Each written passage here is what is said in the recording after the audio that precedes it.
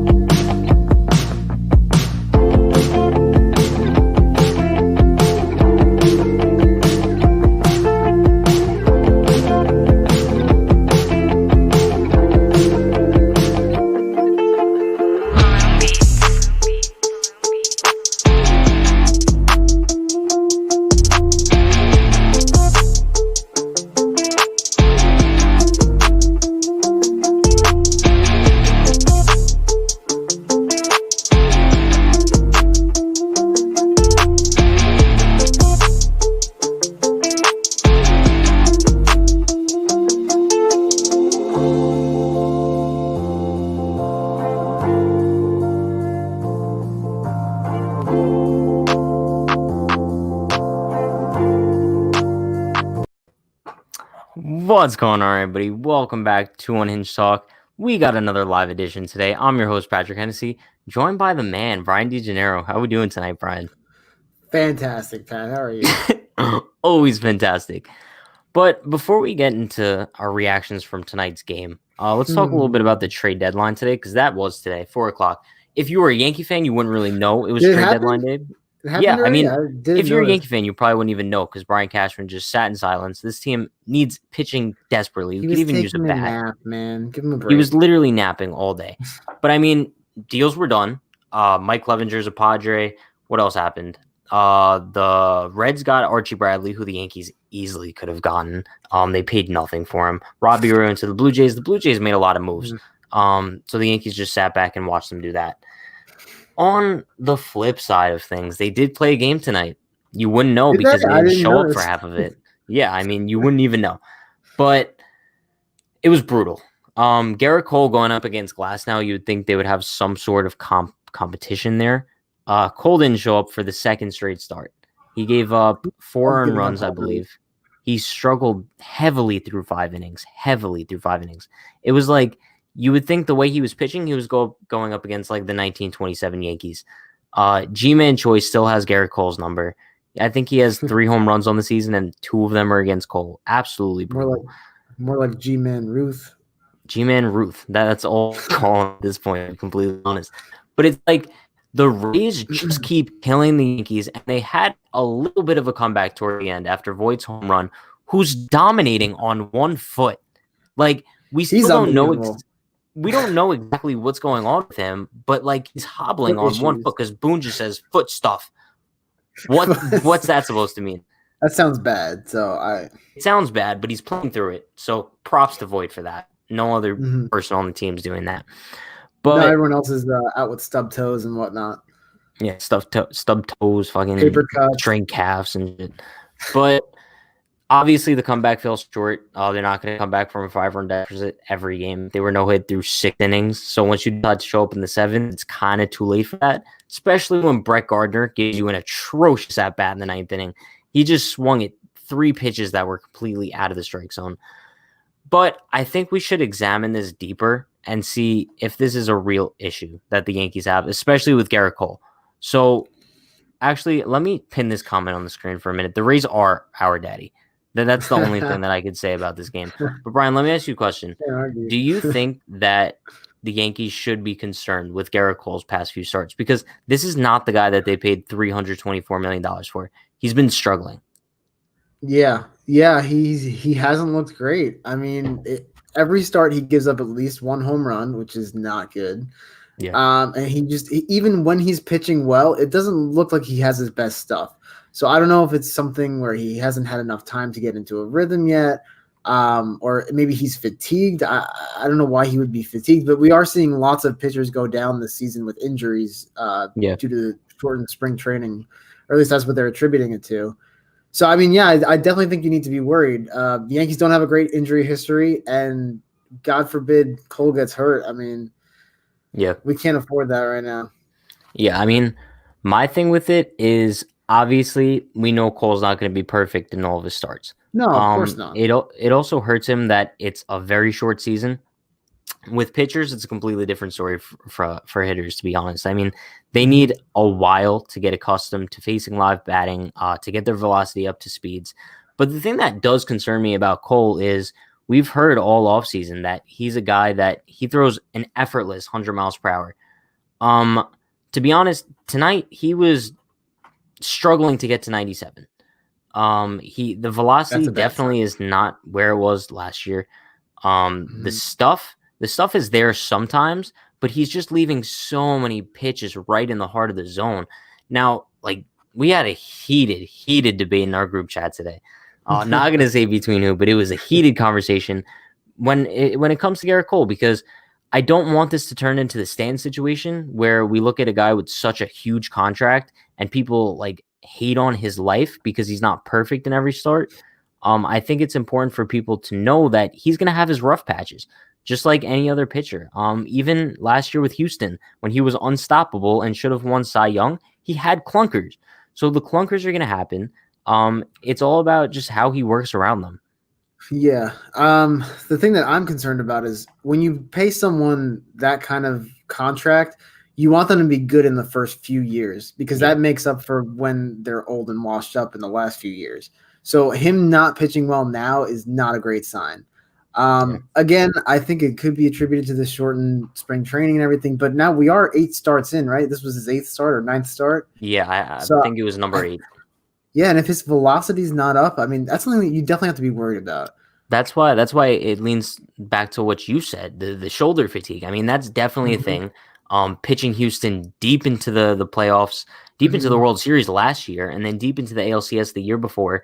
He definitely has some innings on that arm that he's not used to having because he never made the postseason with Pitt. No, actually, I think he made the postseason with Pittsburgh once, but it wasn't a deep run. So, I mean, he wasn't that taxed then. But you have to imagine that there's wear and tear on the arm. I mean, we saw what happened with Verlander. Verlander pitched these past 3 postseasons with Houston, and now he might be out for the year. I don't really know what his timetable is at this point, but he's definitely fatigued as well. So I think we just have to hope that Cole isn't that fatigued, and it's kind of just a mismatch of locations and whatnot. But I do know that he has had a lot of great things to say about Gary Sanchez. Now, I don't know if he's just saying that because of that's the Yankees' primary catcher, and he kind of has, and he knows Sanchez is struggling, so he wants to boost his confidence a little bit. But what would you think about Cole next start throwing Kratz behind the plate and just giving those two a shot at meshing? Because we've seen what Kratz has been able to do. I mean, he pitched Happ through an amazing start. He pitched Devi through an amazing MLB debut. So maybe a change of a backstop would be helpful for Cole at this point. Well, we all know you're a Kratz guy. So I'm a Kratz guy. That's on the record. Sure that's what you want. Yeah, I mean, I'd definitely be down to see what would happen. I don't know if that's the issue, though. Gary's never been really criticized for the way he calls games. That's always been one of his stronger suits. And the way that he and Cole seem to be getting along pretty well and meshing when they start. But yeah, I think anything's on the table at this point. When your ace isn't pitching up to his potential, you got to try everything. I hope that the pitching coaches are working with him and trying to figure out if there's something wrong. Maybe his spin rate's off. I don't know anything about that, but I hope they do. And I hope it's not just Larry Rothschild, typical, oh, you're going to be fine. I hope these guys are really looking at the analytics. That's really what bothers me going into the season, though, because I mean, getting rid of Larry Rothschild, we assumed that he was the root of all of our pitching problems, much like how the old training staff we assumed was the root of all of our injury problems. Clearly, neither one of those was the case. Well, he was the root of our pitching problems. That's for sure. It's just not clear if Matt Blake is the answer to our pitching problems. Because look at a guy like Sonny Gray. Sonny Gray, he's shit here. Sorry, am I not allowed to? I'm sorry, am I not allowed to curse here? You can curse. You curse all you Okay, want. he's shit here, and then he goes to Cincinnati and tears it up. Look at Lance Lynn. He's garbage here. He goes away and he's been coached up to be awesome this year. So there was definitely an issue with Rothschild. You don't take him off. I'm not saying Larry Rothschild was a good pitching coach, but what I am saying is I'm a little bit disappointed that we haven't kind of seen the turnaround of some of these pitchers due to Matt Blake that we thought we would. Yeah. Everyone was hyping Matt Blake up as kind of like a pitching coach prodigy, and that he was going to turn around all of the Yankees pitching woes. But one guy that kind of pitched very well tonight was Miguel Yarri. I think that's how you pronounce his last name. Made his MLB debut. He came out of the bullpen. I think he pitched 3 or 4 solid innings. I think it was 3, but he made Gerrit Cole look like an absolute scrub out there. 3. Yeah, he came in after Cole, and he dominated the Rays. Yeah. I mean, I think he gave up 1 run. No, he gave up no runs. He gave 3 walks, 2 strikeouts, no hits. All right, so when your ace Gerrit Cole is on the mound, and then you bring in Miguel Yarri after him to make his MLB debut, you couldn't ask for any better. If this kid could be legit for the Yankees, that would be a crucial piece to add to the bullpen, especially because they didn't add anybody in the deadline. But yeah, I couldn't ask for anything better from him tonight. Thanks to him, they only had to use one other pitcher after Cole, which is huge because now you have the bullpen fully healthy for tomorrow and the next day when you're playing the Rays in both of these games, which are huge. You want to take these next 2 games and win the series. Yeah, I think you have to. There's no option at this point, because at this point, if the Blue Jays keep playing like they have the potential to, the Yankees might be looking at being a 3rd place team, which is crazy to think about. I have nothing to say. It's just painful because going into the season, Brian, our expectations were so high, and look at us now. We might be looking at 3rd place. Win the World Series, and we might be in 3rd place in not a great AL East. Let's be honest. The Rays are not great. They're playing really well. Don't get me wrong, but they're not a great team. They don't scare me. The Blue Jays, again, they have a lot of young talent and they have a lot of potential, but they're not scary. So we're in 3rd place. Jesus Christ, especially the teams that we're playing against. We're playing against these AL East teams and the NL East, which is terrible. I know. It's brutal. I think we're 1-6 on the season now against the Rays. Yeah. It's been rough. So if we get swept again in the series, we might have to just throw our division hopes away. We're going to become if those hopes are even still there. We'll be unhinged Padres. The Padres are making moves. They look good. I was high on the Padres before the season started, man. Yeah, you're a Padres guy, right? I'm a Padres guy. You're going on the record of being. I'm a Kratz guy. Brian, Padres guy. I'm a Padres guy. But yeah, I want to say those were the main takeaways of tonight's game. Voit being a dog with 1 foot. Miguel Yarri making his solid MLB debut, and Gerrit Cole pissing the bed once again. Unless you have anything else to chime in about tonight's game, I'm pretty sure that covers it. No, I mean, I missed Kratz a little bit, but that's it. I miss Kratz too. Everyone knows I'm on the record of being a Kratz guy. But on that note, I think it's going to do it for us. We are going to be going live every night after the Yankees and Rays series. Might be going live again after that. Okay. Patrick and Brian on his Yankees the best. So on that note, we will see you guys next time, and we will be going live every day this week. And on that note, we will see you next time. Have a good one, guys. Cheers.